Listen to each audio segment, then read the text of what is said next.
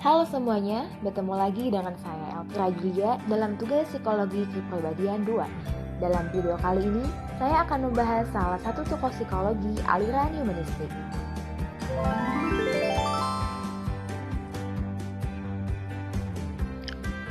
Rogers lahir pada 8 Januari 1902 di Oak Park, Amerika Serikat. Ia merupakan anak keempat dari 6 bersaudara.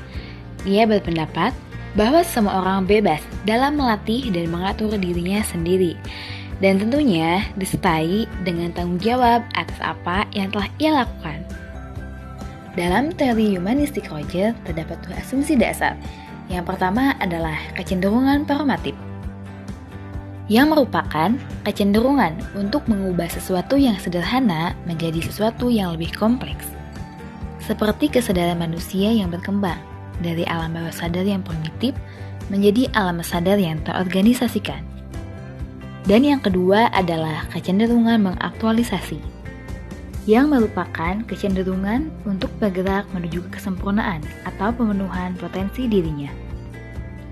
Kecenderungan ini merupakan satu-satunya motif yang dimiliki manusia, seperti kebutuhan untuk memuaskan rasa lapar, mengekspresikan emosi-emosi yang mendalam, dan menerima diri seseorang.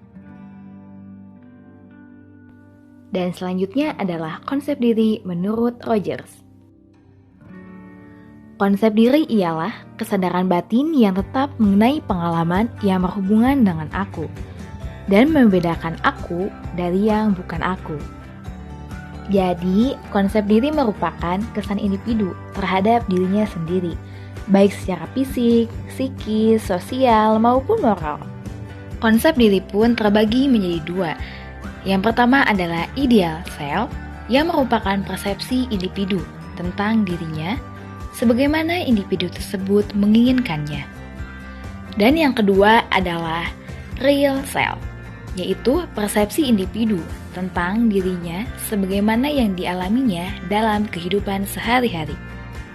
Untuk mengetahui apakah konsep tersebut sesuai ataupun tidak, Rogers membaginya menjadi dua konsep lagi, yaitu inkongruen ketidakcocokan dan kongruen kecocokan.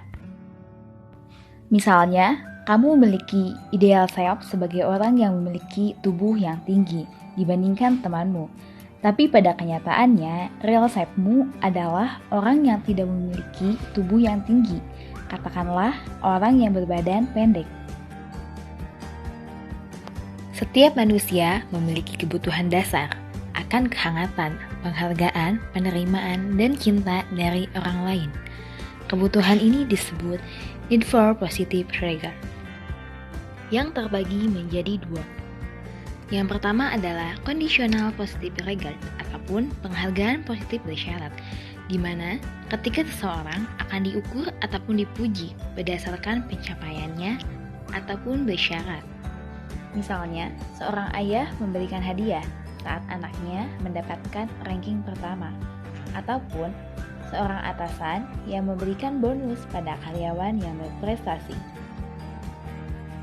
Yang kedua adalah unconditional positive regard ataupun penghargaan positif tak bersyarat, di mana seseorang mampu diterima, dihargai, dan dicintai tanpa ada alasan atau pengecualian apapun. Misalnya, seorang ayah ataupun ibu yang mencintai anaknya tanpa pamrih meski anak mereka sering melakukan kesalahan. Menurut Rogers, tujuan hidup adalah mencapai aktualisasi diri atau memiliki ciri-ciri kepribadian yang membuat kehidupan menjadi sebaik-baiknya dan mampu berfungsi secara utuh ataupun sepenuhnya.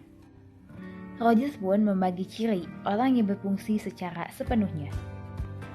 Yang pertama adalah keterbukaan pada pengalaman. Orang yang berfungsi sepenuhnya adalah orang yang menerima semua pengalaman dengan fleksibel, sehingga selalu timbul persepsi baru.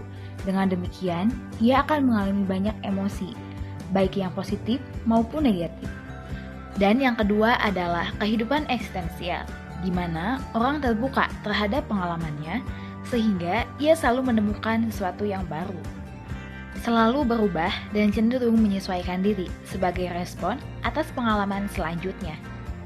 Dan yang ketiga adalah kepercayaan terhadap organisme orang sendiri. Pengalaman akan menjadi hidup ketika seseorang membuka diri terhadap pengalaman itu sendiri. Dengan begitu, ia akan bertingkah laku menurut apa yang dirasanya benar, sehingga ia dapat mempertimbangkan setiap segi dari suatu situasi dengan sangat baik. Dan yang keempat adalah perasaan bebas. Orang bebas memiliki suatu perasaan berkuasa secara pribadi mengenai kehidupan dan percaya bahwa masa depan tergantung pada dirinya sendiri, tidak pada peristiwa di masa lampau, sehingga ia dapat melihat sangat banyak pilihan dalam kehidupannya dan merasa mampu melakukan apa saja yang ingin dilakukannya.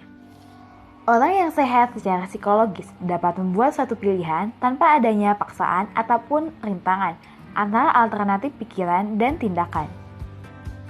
Dan yang terakhir adalah kreativitas.